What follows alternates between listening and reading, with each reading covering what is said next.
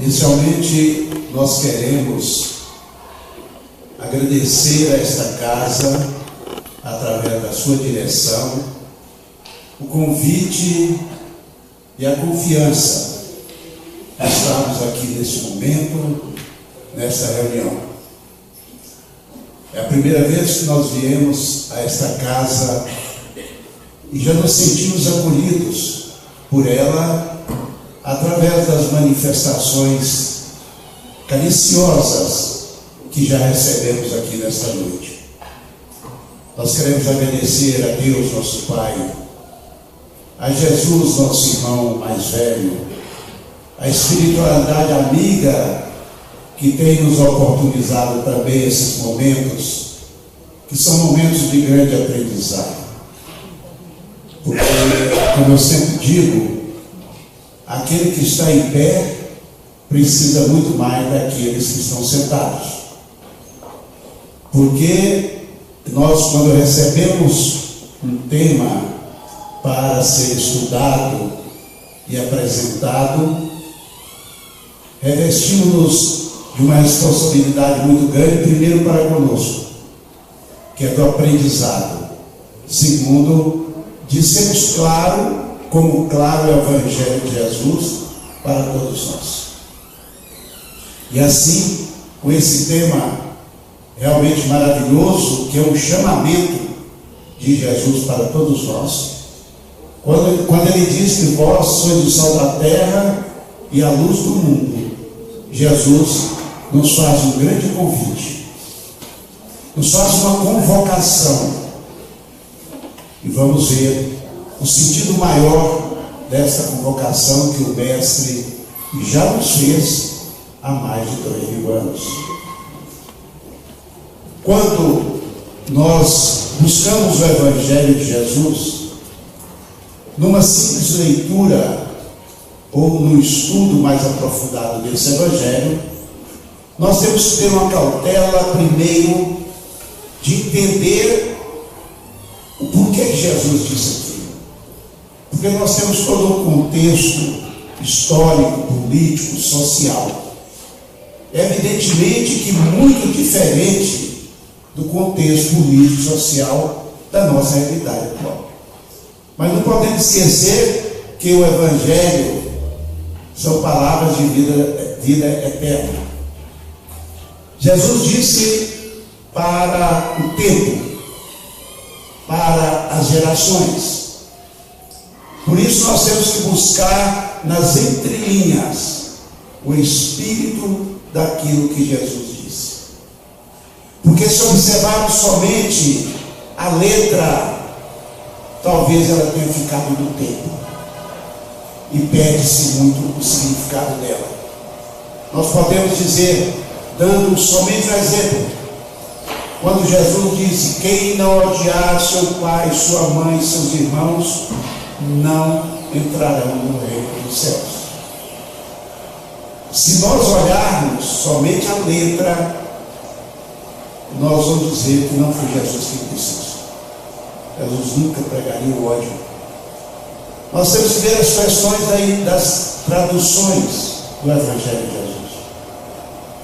E nesse sentido, a Federação Espírita Brasileira criou um núcleo de estudos, que chama-se Evangelho Redivivo, com o intuito de formar promulgadores do Evangelho de Jesus, um estudo minucioso dessa obra magnífica. Porque a Federação Espírita Brasileira já há muito percebeu que nós temos que buscar as palavras, as expressões, os textos, as frases, para que possamos entender essa mensagem vivificadora, essa mensagem de redenção do Espírito imortal. Participamos da fundação desse grupo, da abertura, e fizemos uma oficina, e eu achei muito interessante, porque no prazo de 2h30 nós discutimos um versículo de uma passagem do Evangelho.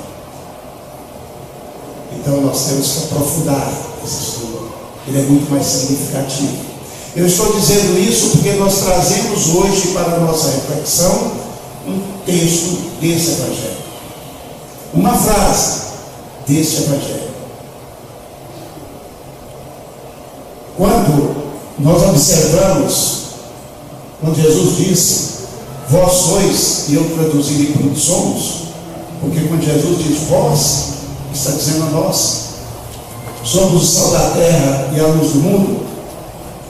Jesus, em toda a sua pregação, ele utilizou de simbolismo material para dizer das verdades espirituais para nós. Ele, por exemplo, utilizou a montanha. Quando ele disse, se nós tivéssemos fé do tamanho do grão de mostarda, nós diríamos, essa montanha passe daqui para lá, e ela passaria. Mas se nós observarmos, se for uma montanha física, é impossível isso. Jesus estaria cometendo um grande equívoco em nos orientar dessa forma. Então, quando Jesus fala da montanha, ele fala da montanha dos nossos desafios, das nossas dificuldades, desse embate, dessa luta que devemos fazer cotidianamente conosco. Quando Paulo disse, que a maior batalha era com ele mesmo. Quando Jesus diz sobre a água, quem não renascer da água e do Espírito, ele estava simbolizando nesta água tudo que é material. Porque naquela época, ainda sem o conhecimento suficiente, as pessoas achavam e simbolizavam tudo o que era material como se fosse água. Porque o nosso corpo, 70% é água, o planeta Terra, 70% dele é água, então é uma referência àquilo que é material. Então, quando Jesus disse aquele que não renascer da água, ele não estava dizendo renascer dessa água que nós às vezes bebemos. Ele estava dizendo daquilo que era material, renascer no corpo material. Jesus nos menciona também a figueira. É uma passagem que nós conhecemos, aquela figueira estéril. O que significa essa figueira? Quando Jesus cobra daquela figueira que produza figos. Mas não era época de produzir figos. O que Jesus exige daquela figueira que produzisse. Porque ele buscou essa figueira porque ele estava com fome. Simbolizando para nós que nós cristãos espíritas devemos produzir toda a época do ano. Jesus nos fala do fermento, traduzindo para nós o simbolismo que é a dosagem que nós devemos fazer nas nossas ações.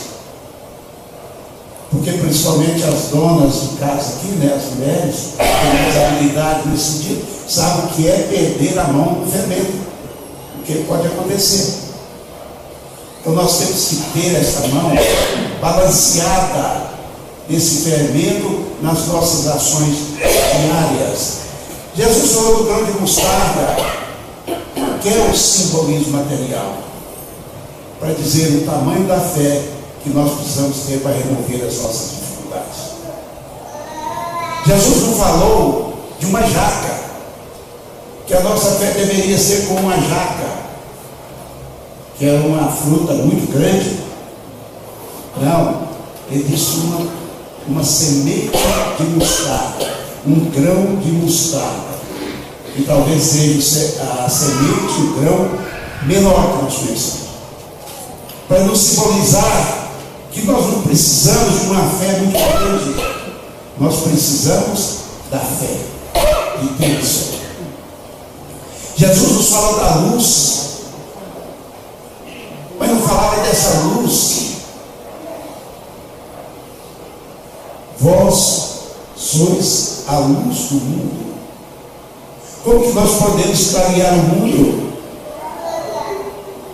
Jesus simbolizava que é o conhecimento. A luz é o conhecimento. E com o conhecimento nós podemos iluminar o mundo. Jesus falou do sal. Mas ele falava desse sal, que é alimento, que é tempero. Ele fazia um simbolismo com esse sal, que deve ser o equilíbrio das nossas ações. Porque se perdermos também a mão na quantidade do sal, nós aniquilamos o alimento. Se nós perdermos essa mão das nossas ações, o equilíbrio dessas nossas ações, nós desandamos o nosso processo. Então, meus queridos, Jesus falava naquele momento aos seus discípulos. E fala hoje, há mais de 2000 anos, com os seus discípulos. Porque todos nós somos discípulos do Cristo. Todos nós somos discípulos. Discípulo é seguidor, é companheiro, é adepto. Quem aí, aqui não é adepto, companheiro do Cristo? Então Jesus, há mais de 2000 anos, dizia para nós, falava para nós. Está aqui o texto, a fala é de Mateus, capítulo 5, 13, 16. Vós sois o sal da terra e a luz do mundo. Eu vou ler o texto. Vós sois o sal da terra. Se porém o sal torna-se insosso, com que se salgará? Para mais nada presta, senão para ser lançado fora, ser pisado pelos homens. Vós sois a luz do mundo. Não se pode ocultar uma cidade situada sobre um monte. Não se acende uma candeia colocando-a debaixo do módio, mas sobre o candeeiro.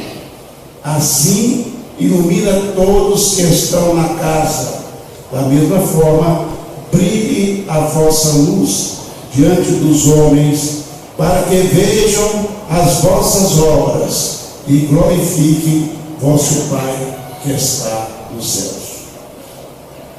É interessante esse texto de Jesus, porque ele fala de algo que era muito utilizado naquela época e hoje nós não temos mais, a não ser os recantos longínquos desse país, onde o progresso, a tecnologia ainda nos chegou. Aqui eu vejo alguns jovens que talvez não conheçam o candeeiro, né? Não sabem o que é o candeeiro, para que serviu o candeeiro. Nós, que somos os jovens mais vividos, candeeiro era um recipiente que se colocava normalmente na parede, para ali colocar, né, a luminária, vamos dizer assim, para que iluminasse o ambiente, iluminasse aquele quarto, aquela sala. Não se colocava ele debaixo da mesa, porque se colocasse debaixo da mesa, ele não serviria para nada, porque a finalidade dele era iluminar. Então o candeeiro é esse recipiente que se colocava ali, né, aquela luz para que iluminasse todo o ambiente. E aí ele fala, se nós colocamos essa luz debaixo do módio, se nós colocamos essa luz debaixo da mesa ou da cadeira, para que serve essa luz? Para nada. A finalidade da luz é iluminar. E esse texto Jesus falou logo após ele falar as bem-aventuranças. As bem-aventuranças, que é o resumo de todo o Evangelho de Jesus, é o resumo de toda a mensagem de Jesus. Se vocês ainda não tiveram a oportunidade de estudá-las, façam, porque ali está todo o desiderado, todo o objetivo do Espírito criado por Deus. Kant, que não era cristão, disse uma época que se todos os livros do mundo se perdessem, e sobrasse somente as bem-aventuranças de Jesus, nada estaria perdido. E grande não era a questão. E nós que somos cristãos, estamos aproveitando essa magnificência das bem-aventuranças, a orientação através delas. Então busquemos essas bem-aventuranças. São 8. Jesus dizia, após essas bem-aventuranças, dizia aos seus discípulos, reunido com eles, trouxe esse texto que nós lemos, essa fala de Jesus. E ele tinha uma finalidade, pois ela era dirigida aos seus discípulos, no sentido de conscientizá-los, vejam bem, no sentido de conscientizar os discípulos sobre os compromissos que eles deveriam assumir como colaboradores diretos de Cristo. É impressionante a forma da condução do Cristo entre nós. O Cristo sabia tudo o que ia acontecer. Ele foi preparando tudo progressivamente. Quando ele disse isso aqui, os discípulos já conviviam com ele, e o Cristo disse a eles, trouxe essa consciência do que eles deveriam ser, sal da terra e luz do mundo. Porque o Cristo sabia que não demoraria muito para que ele fosse. E aí, verdadeiramente, esses discípulos teriam que ser sal da terra e luz do mundo.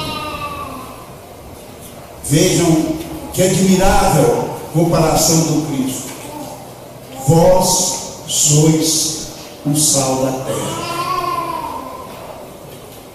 Na condição de condimento, na condição de tempero, o sal deve ser utilizado de maneira adequada, como nós já falamos aqui, de modo balanceado, para não tornar a alimentação insípida, que não tem sabor ou muito salgada. Isso às vezes ocorre na cozinha, né? Algum tempo atrás, minha esposa é que faz a nossa refeição.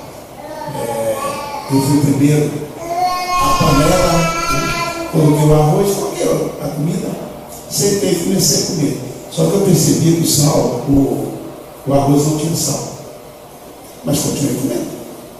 E aí, quando ela pôs o prato dela, que sentou, começou a comer, mas esse arroz não tem sal. Você não notou? Eu falei, não tem. Não podia fazer mais nada, né? Então, muitas vezes nós perdemos, né, o prumo da coisa, nós perdemos a mão, ou colocamos muito salgada a comida, ou sem sal nenhum. E de todas as formas, sem sal ou muito salgada, ela é uma comida que perde seu sabor, que nós não vamos conseguir comer. E além do sabor que o sal dá ao alimento, ele tem uma função também preponderante, que é o de preservar o alimento. Então, além de dar sabor, ele preserva o alimento da putrefação, do apodrecimento. Então, vejam as duas qualidades do sal. É muito importante quando nós chegarmos na questão espiritual, né? Preservação do alimento e dar sabor ao alimento. Essa ideia que é popular, essa questão do sal, tem uma aplicação fundamental no seu aspecto espiritual. Dizendo Jesus ser os discípulos sal da terra, quis o mestre significar que eles devem ser um fator de gozo, de equilíbrio e de preservação da moralidade. E aí nós estamos incluídos como discípulos. Ser sal da terra é ser correto, honesto, equilibrado nas nossas ações. Para nós darmos o tempero às relações humanas, a imagem do sal simboliza para nós o equilíbrio também das nossas emoções. Vejam lá, menos sal ou mais sal na comida. Assim também nas nossas relações. O sal significa nas nossas relações o nosso equilíbrio emocional diante dos fatos que nos ocorrem. O equilíbrio para evitarmos o desespero, o sofrimento, a dor, cairmos num processo depressivo, cairmos num processo de desequilíbrio emocional e espiritual e que possa nos trazer graves consequências. E essa condição do sal, no aspecto espiritual, nos dá a segurança para a nossa caminhada, para a realização do nosso objetivo para o qual nós somos criados por Deus, atingirmos um dia a felicidade. E atingir essa felicidade é possível a cada um de nós, dentro de um equilíbrio, de uma serenidade e do trabalho. E agora, se o sal for destituído da sua condição maior, que é de salgar, ele não vale para nada, ele não presta. Qual a utilidade que o sal teria se ele não tivesse, se ele perdesse, melhor dizendo, o seu componente principal, que é o salgar? E aí nós perguntamos, e se nós também perdermos essa condição de salgar as nossas relações, de equilibrar as nossas relações? E para que o sal exerça essas suas propriedades, que é de quais são? São duas, né? Sabor e a preservação, conservação dos alimentos. Necessário é que ele seja misturado no alimento, para que ele penetre o alimento. Quando nós vamos salgar uma carne, por exemplo, nós colocamos o sal na carne e damos um tempo para que o sal penetre nesta carne e possa deixá-la temperada. Se eu colocar o sal ali em cima, tirar e for cozinhar a carne, ela não vai estar salgada. Assim também é na nossa relação interpessoal, na nossa convivência com as pessoas.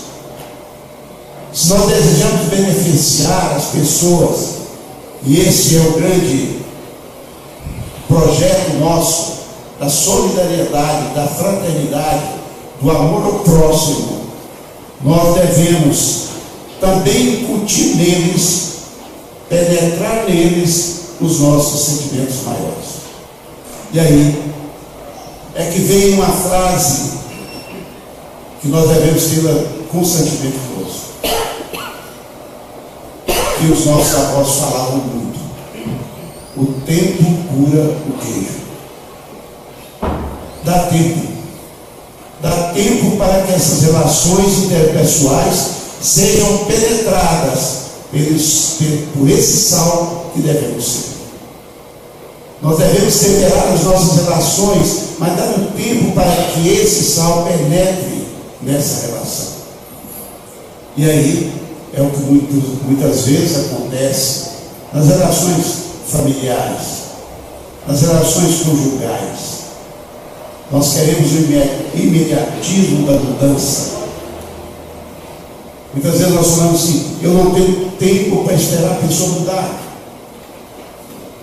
Eu não estou sendo sal da terra. Cada um de nós está situado num plano de evolução. Cada um de nós entende, compreende, absorve as informações no seu tempo, na sua condição. Alguém percebe uma situação rapidinho, outro precisa de uma reflexão maior. E nessa relação interpessoal, e que nós somos todos diferentes, estamos em níveis evolutivos diferentes, necessário que tenhamos essa paciência, essa compreensão. Porque senão nós não seremos o sal que penetra para salgar convenientemente as nossas relações. E aí, nós estamos encontrando na atualidade relações insossas, relações que não produzem nada, porque ela não está sendo salgada, ela não está sendo temperada com esse sal que todos nós devemos ser.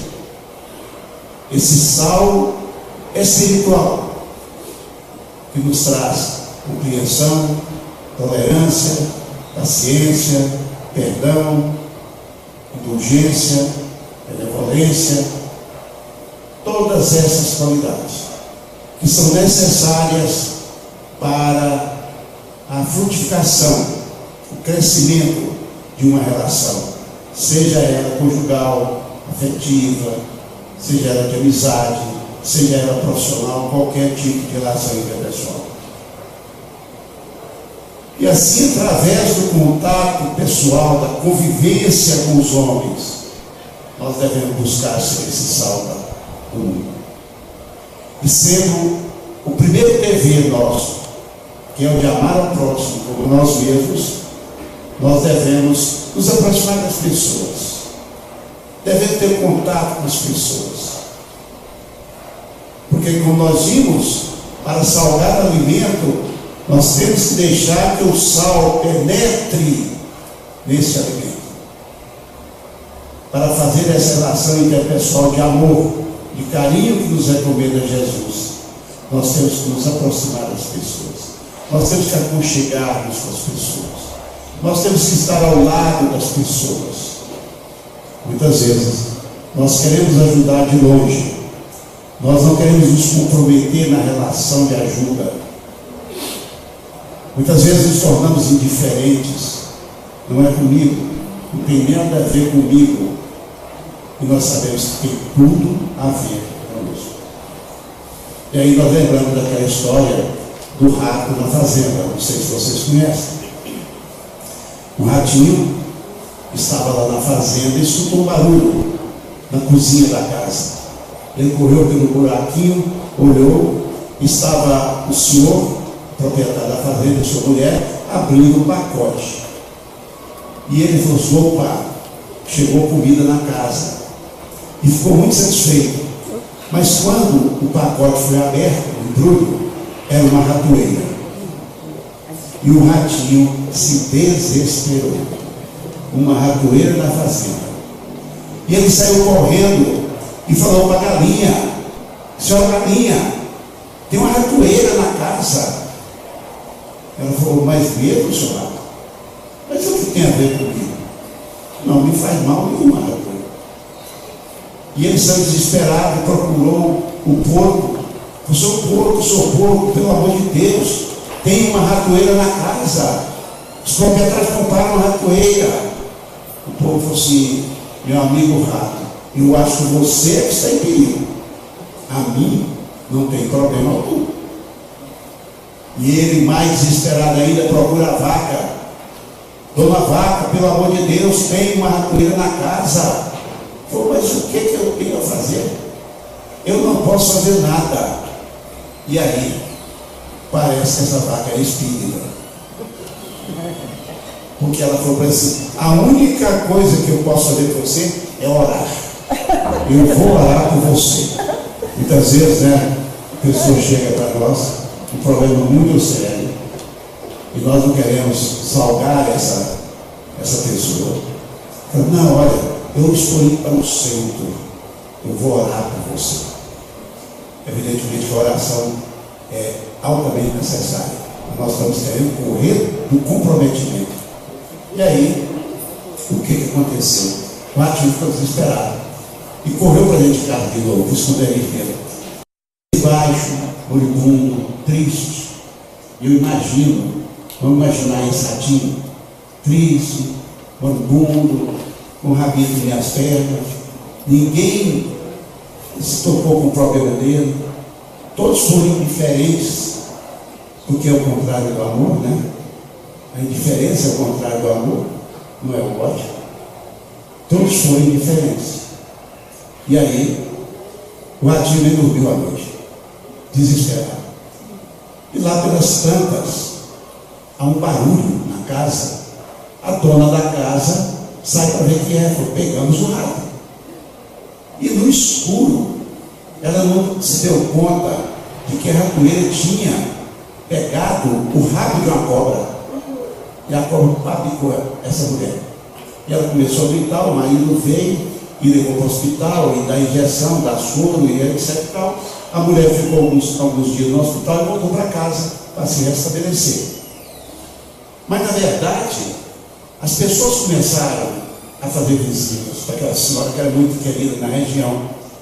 E chegaram primeiro os parentes, alguns parentes, e o marido, sem saber o que fazer, foi alimentar aquele pessoal. Mas antes, como a mulher entrou no processo febril, você não tem que entrar nesse problema. E para a gente tem febre, quem sabe aí, né? Cândido de galinha, beleza. Como a mulher estava com febre, ele foi lá e matou a galinha, para fazer a cândida da galinha. E aí, ela não melhorou, os vizinhos foram chegando, os parentes, e aquele era muita gente para alimentar aquele povo, ele foi lá e matou o porco. E a mulher não melhorou e veio desencarnar. E naquela época, sepultavam as pessoas na fazenda, né? Tem algumas pessoas que assim conhecem, os mais vividos, né? E aí foi a cidade inteira, o vizinho da fazenda, e para alimentar toda aquela gente, ele matou a vaca. Então, meus queridos, quando falarem que tem uma ratoeira na casa, todos nós não correm perigo. Não é só o ratinho, não. Então, nós muitas vezes, nós não queremos entrar nas relações com as pessoas. Nós queremos borrifá-las com sal somente. Umas palavras longínquas, né? Fica aí, eu vou dizer uma coisa, eu vou levar seu nome para a radiação lá no Centro Espírita, Vicente Paulo, né? Eu vou pedir lá um grupo de orações, eu vou pôr o seu nome no livro. Quer dizer, nós não penetramos as relações, como o sal deve penetrar os alimentos para salgá-los. Amigos, ser o sal da terra é não esquecermos da solidariedade, da fraternidade que deve vincular todas as nossas relações. Ser sal da terra é pautar os nossos atos por aquilo que nós dizemos que acreditamos. Se nós acreditamos no Evangelho de Jesus, é pautarmos a nossa vida pelo Evangelho de Jesus. Isso é salgar, isso é ser sal da terra. E foi nesse sentido que Jesus disse aos seus discípulos, porque a partir do desencarne de Jesus, eles teriam que viver a essência do ensinamento de Jesus. Eles deveriam dar o tempero àquele povo faminto e sedento da presença física do Mestre Jesus, e que eles não teriam mais. E foi nesse sentido que eles criaram a Casa do Caminho, para manter viva a mensagem do Mestre, que ainda não estava codificada, mas estava no pensamento e nos corações daqueles discípulos. Hoje nós temos ela codificada através do Evangelho, e ela deve estar em nossa mente, em nosso coração, e estender pelas nossas mãos. Nesta fraternidade, nesta solidariedade. Porque se nós não fizermos o percurso desse Evangelho de Jesus, nós não seremos sal da terra. Nós não salvaremos as nossas relações.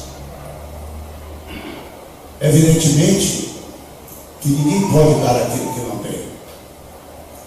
André Luiz, numa de suas obras, já mencionou isso, né? Nós só podemos dar o que nós temos. Mas nós temos alguma coisa para dar. Todos nós. Porque se nós não tivéssemos nada para dar, Jesus não teria afirmado que vós sois o sal da terra e a luz do mundo. Jesus não teria falado para nós: brilhe a vossa luz. Ele não teria dito: vós sois deuses e poderão fazer muito mais do que eu fiz. Quem aqui não acredita nas palavras de Jesus? Então nós temos alguma coisa a dar. Talvez não tenhamos condições de dar o tanto que nós gostaríamos, mas vamos dar o que nós temos, independentemente do que o outro esteja dando. O importante é darmos algo de nós, é nos transformarmos nessa pitadinha de sal, independente do irmão ser um copo cheio de sal. Porque da mesma forma nós salgaremos as relações do mesmo jeito.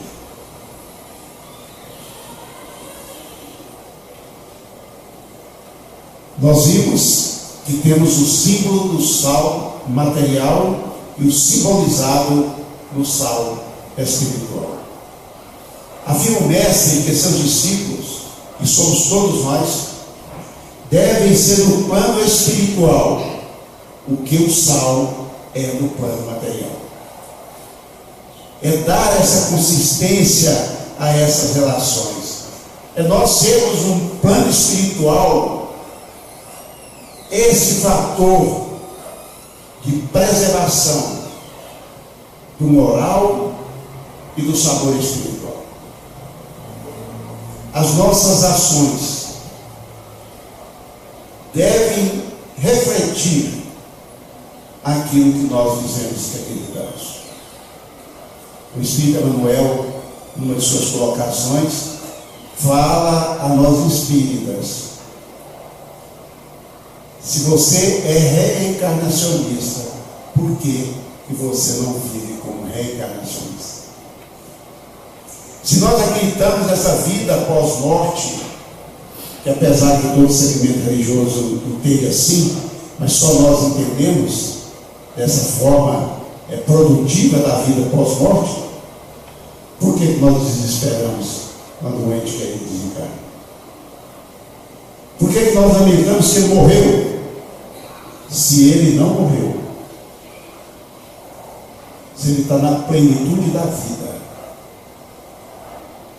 Ser sal da terra é viver conforme nós acreditamos. Uma determinada época, eu fui convidado para conversar com uma mãe que tinha, entre aspas, perdido o filho. Era reino de família. Você já viu que mora só aquele filho? Era o filho, né? Deus gosta de gente boa também, né?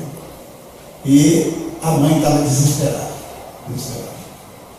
Nós chegamos lá na casa, acompanhados de uma amiga, e conversando com ela, inicialmente, depois eu não tive como conversar mais. Porque falava uma palavra, ela entrava em desespero, chorava, gritava, e foi uma coisa assim, muito complicada. Muito complicada. Eu já estava pensando: o que eu vou fazer? Ela estava num desespero muito grande. Em determinado momento, a minha amiga, que estava caladinha, e isso já tinha mais de meia hora de conversa, entrou e começou a conversar com essa mulher. Foi quando deu para dar uma respirada. E eu pedi a Deus: Deus, coloque em minhas bocas palavras que possam ajudar essa mulher. Eu, na maioria das vezes, eu sou muito obediente quando eu peço essas coisas. Tudo bem, pedi isso e a minha amiga parou de falar Eu olhei para a senhora, eu olhei e falei para ela assim: por que a senhora está chorando? Isso não é coisa de cristã, né? A mulher tinha perdido o filho, eu olho para ela e pergunto, né?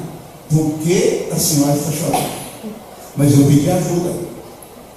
Isso não viria da minha cabeça, eu jamais falaria isso, mamãe. Mas eu pedi ajuda, veio na cabeça, eu falei. Veio o pensamento. E aí ela me olhou, eu achei que ela vinha para cima. Ela me olhou com raiva. Ela falou assim: por que o meu filho morreu? Como é que ele está? Eu olhei para ela e falei assim: a senhora está chorando à toa. Isso é coisa de alguém falar para a mãe, entendeu? Não é, né? Então, não era minha. Ela fala: a senhora está chorando à toa. E ela olhou para mim, ela não tinha raiva nos olhos, ela tinha ódio. Os olhos dela brilhavam, faiscavam. Eu falei: ela vai me pôr para fora de casa. Mas tem filho, mas está preparada para correr. Né? E ela olhou para mim e falou: por que o senhor, aí a coisa ficou feia. Senhor, por que o senhor está dizendo isso? Eu falei: porque eu tenho certeza que seu filho não morreu. Ela ficou me olhando alguns minutos. Eu falei: eu posso garantir para a senhora, ele não morreu. Se a senhora está chorando porque ele morreu, a senhora está chorando à toa. Agora, se a senhora disser para mim, está chorando de saudades dele, eu concordo plenamente com a senhora.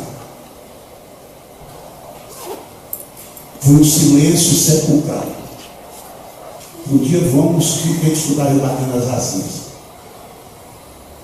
20 minutos depois, eu saí da casa da mulher, ela estava dando gargalhadas e tanta piada.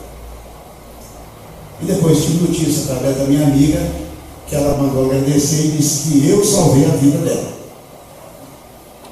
Porque eu dei esperança a ela naquele momento.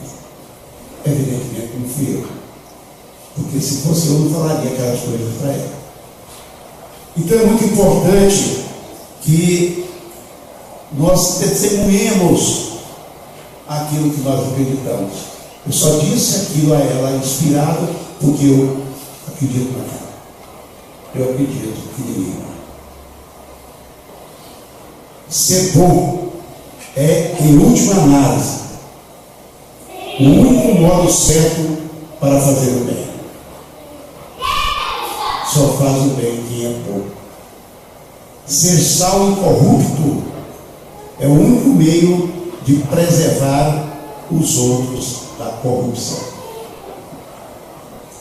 Nós estamos num momento, passando por um momento muito delicado em nosso país. Mas não é momento de desespero, de xingamento, de diferenciação. É momento de nos unirmos, porque somos todos brasileiros. Se aqui tem alguém que não é brasileiro, mas adotou o Brasil, está aqui morando conosco. É momento de muita oração, é momento de muita prece, de muitas vibrações positivas. É momento de nós tirarmos o personalismo político, ser esse, aquele ou aquele outro. É o momento de nós olharmos para o povo brasileiro. E colocar sal, ser sal nesse momento, é ter serenidade, ter parcimônia,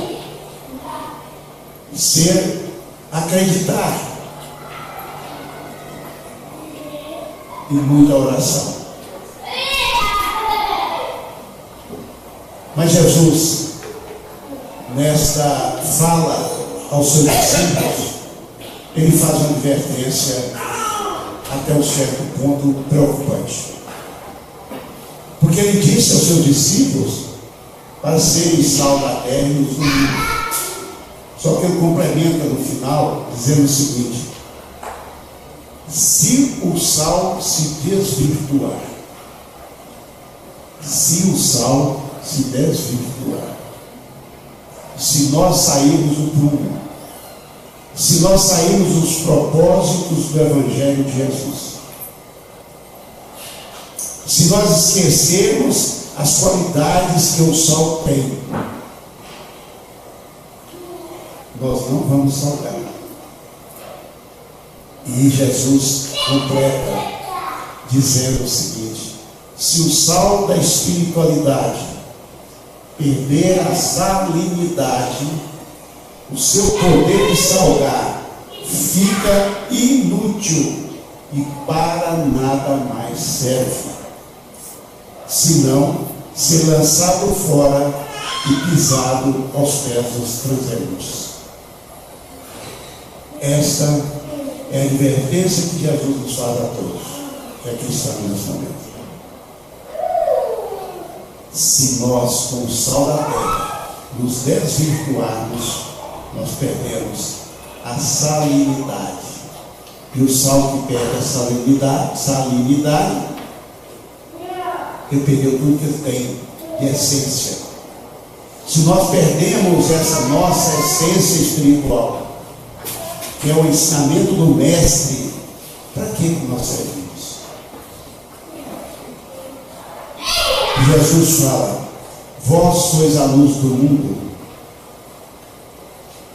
Essa afirmativa, vós sois a luz do mundo, evidencia uma proposta educacional.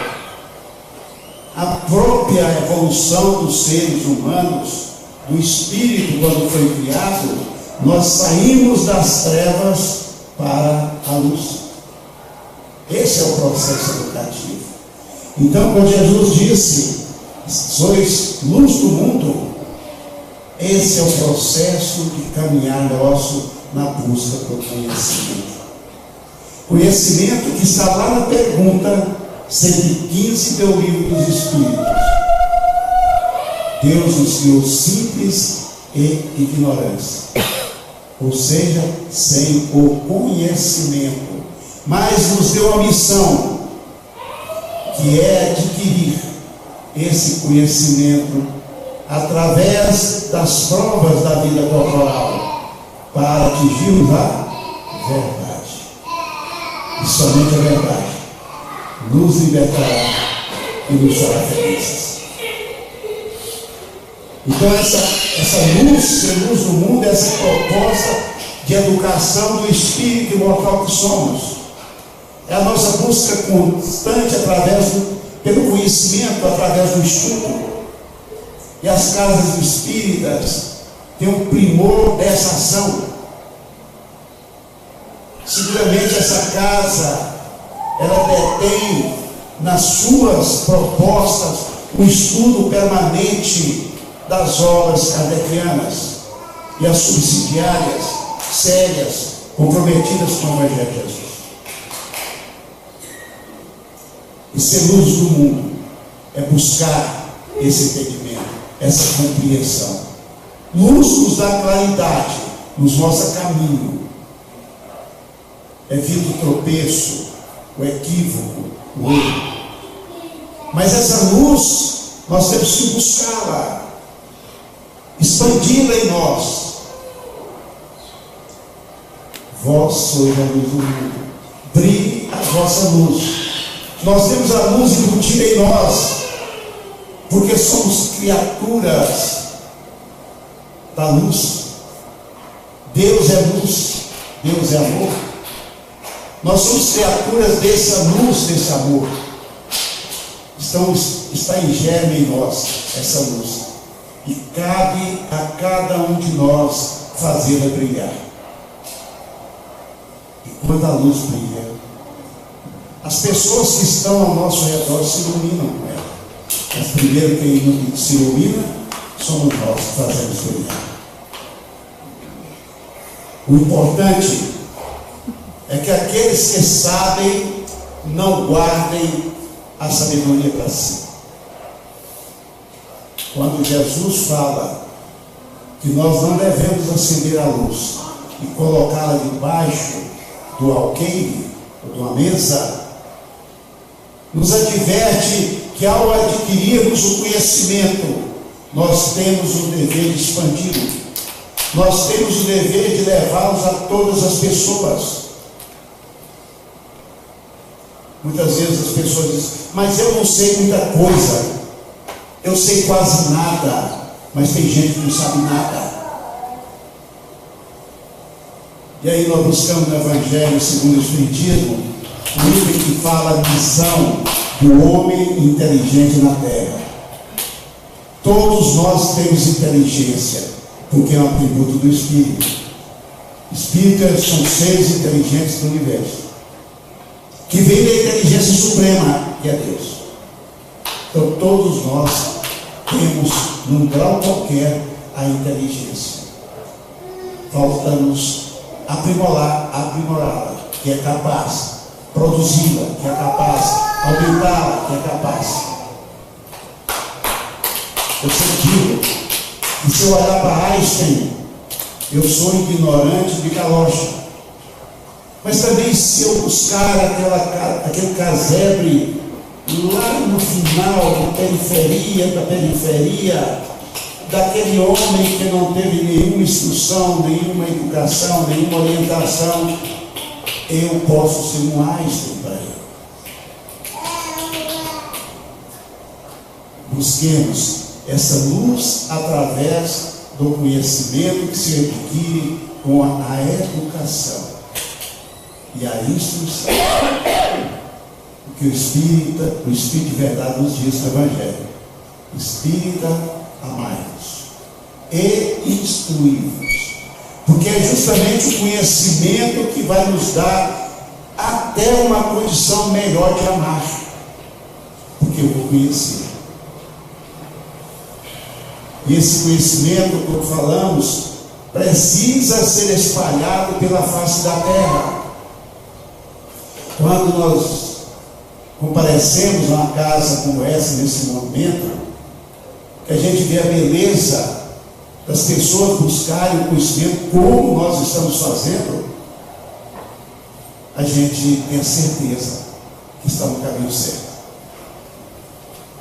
Nós temos um projeto pessoal de envio de mensagens espíritas através do WhatsApp.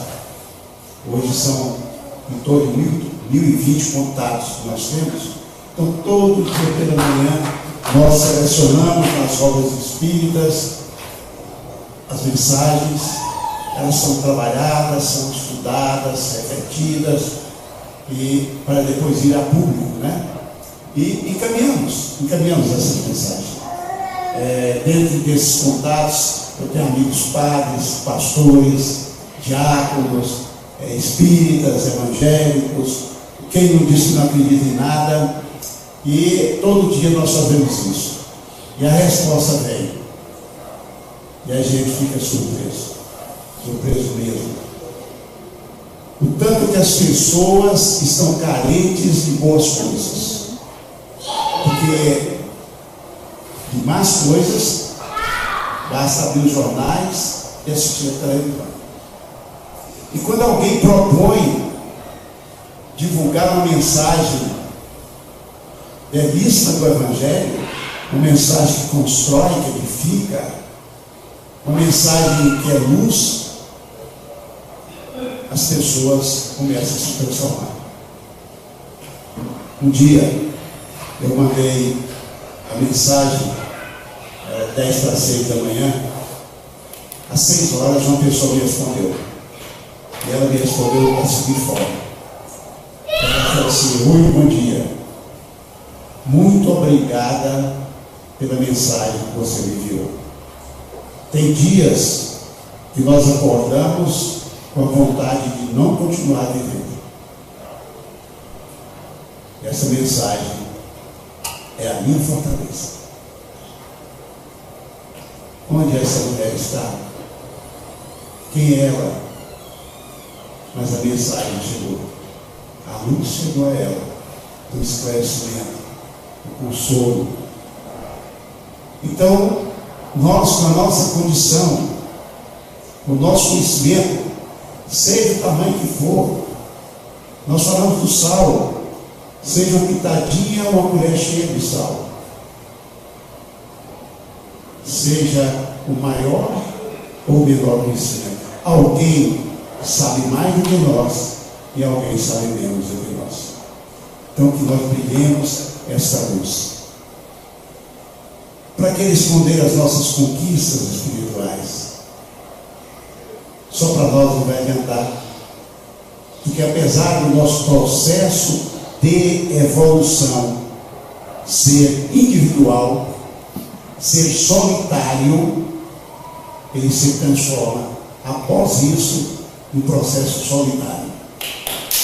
Nós só cresceremos, evoluiremos com o próximo, seja ele mais próximo ou menos próximo, mas só através dele. Porque onde nós vamos exercitar esse ser sal do mundo e ser luz do mundo, a não ser com o nosso próximo, nessas relações interpessoais. E aí, nós lembramos da nossa querida Coralina, aqui de Goiânia, que disse um dia: feliz aquele que transfere o que sabe e aprende com o que ensina. Quando eu levo luz para o outro, ao reflexo dessa luz que volta para mim. Então nós sempre estamos dando e recebendo, porque é da lei divina, é amando o que se é amado, é perdoando o que se é perdoado, é dando luz que receberemos luz. Porque se essa luz ficar em mim, ela é opaca, ela não clareia, ela não ilumina nada. Somente a partir dela sair de mim e chegar ao outro, que é o espelho que reflete a minha imagem, eu serei também iluminado. A candeia não deve ser colocada debaixo de alguém. A luz, que somos todos nós, não deve ser colocada por baixo do nosso orgulho, do nosso egoísmo, da nossa intolerância, da nossa impaciência. Deve ser colocada para o outro, em benefício do outro. E nós temos que resplandecer, brilhar muito a nossa luz diante dos homens, para que eles vejam as nossas boas obras. Jesus não se furtou de mostrar às pessoas as boas obras. Isso não é egoísmo, isso não é prepotência, isso não é arrogo de personalidade. Isso é testemunho de que essas obras são feitas em nome do Pai Celestial. O esforço de resplandecer os nossos sentimentos mais puros será sempre percebido e aceito pelos outros. Ninguém recusa receber a luz. Seria como se nós estivéssemos andando numa estrada escura e alguém chegasse com a lanterna e dissesse: posso iluminar o seu caminho? Ninguém recusaria essa luz. Essa luz espiritual também é irrecusável por qualquer uma das pessoas. E Jesus finaliza, e nós também, essa citação, quando ele diz: e glorifiquem o vosso Pai que está nos céus. Todo esse trabalho, todo esse ser luz do mundo, todo esse ser sal da terra, não é para a glória nossa, é para a glória do nosso Pai Celestial. E nós encerramos trazendo um comentário feito pelo Espírito Meimei, no capítulo 1 do livro Pai Nosso, quando ela diz o seguinte: se sentimos Deus como nosso Pai, reconheceremos que os nossos irmãos se encontram em toda parte e estaremos dispostos a ajudá-los, a fim de sermos ajudados mais cedo ou mais tarde.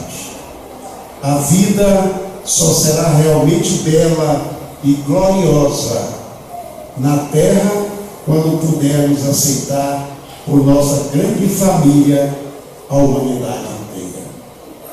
Só assim, aceitando cada um como irmão, amando-o como irmão, nós seremos capazes de dar o destino correto para esse sal e essa luz espirituais, para atendermos esse chamado do Cristo, que nós sejamos luz do mundo e sal da terra, porque somos todos irmãos. E por que nós somos todos irmãos? Porque a nossa paternidade é uma só. É Deus, nosso Pai Celestial. Um grande beijo no coração de cada um de vocês. Que Jesus possa continuar nos convocando a essas iniciativas, a esses propósitos do bem fazer. E que Ele possa nos conduzir sempre em muita paz. Muito obrigado e boa noite.